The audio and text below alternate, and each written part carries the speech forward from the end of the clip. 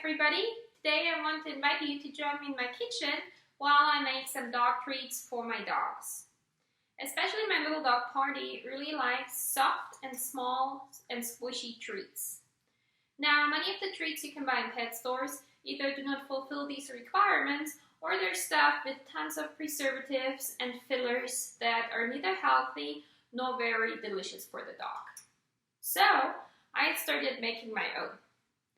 I found online, and this was not my idea, I do not know which smart person to credit with this, that you can use these so-called pyramid mat silicone sheets to make dog treats. I think that the original function was that you could put them in the oven and then put some meat on there, but they actually make a fantastic way to make dog treats. Yeah, so you can see they have all these little indents. It's over 500 in one of these sheets. So you can get 500 little treats by just filling this one sheet.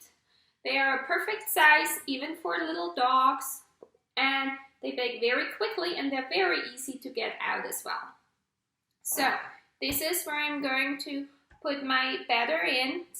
You can just purchase this on Amazon. It's very cheap. It's like you get 2 of these for $12 or something like that.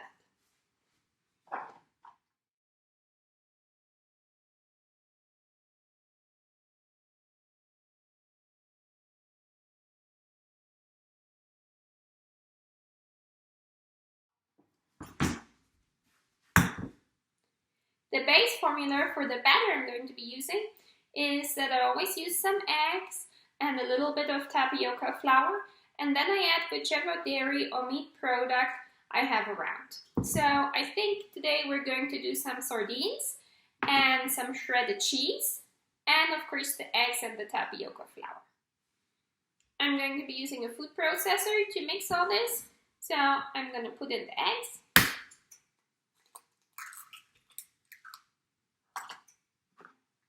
Now I'm going to put in our sardines. Many dogs really like stinky, smelly fishes. Tuna is also very popular. Many dogs love salmon.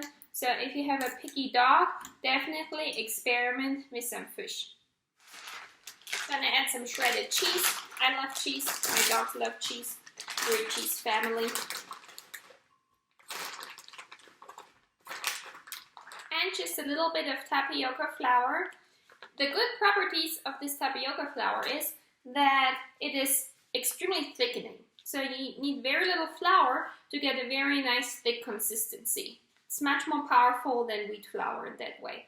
It's not always quite easy to find. You can usually get it at big Walmarts or at Whole Foods. I'm also going to add a little bit of olive oil. That'll make it easier to get out of the mat.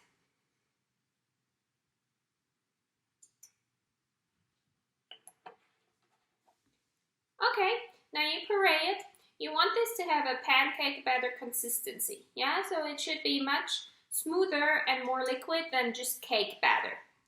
So you can add as much water or milk as is necessary to get this consistency. If I puree this right now, it'll probably be too thick, so I can add some water right now. And now I just have to put it onto my silicone baking mat, spread it, and I can bake it. And now I'm going to bake it at 350 degrees for about 10 to 15 minutes. And once they're cooled off, it's actually extremely easy to get them out of this.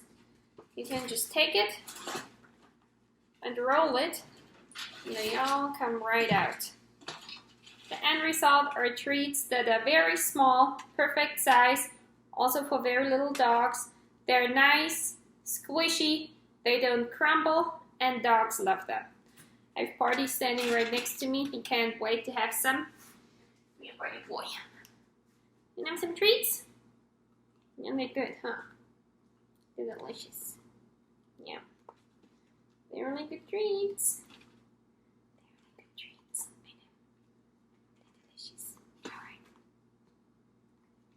They freeze very well, and I actually often just train with them right out of the freezer. They're small enough that the dogs don't seem to mind them being frozen.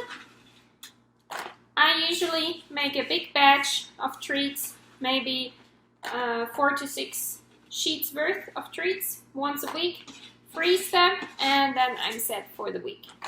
I've had many clients whose dogs have refused store-bought treats, and then I bring these out of my car and the dog is interested in training. So give it a go.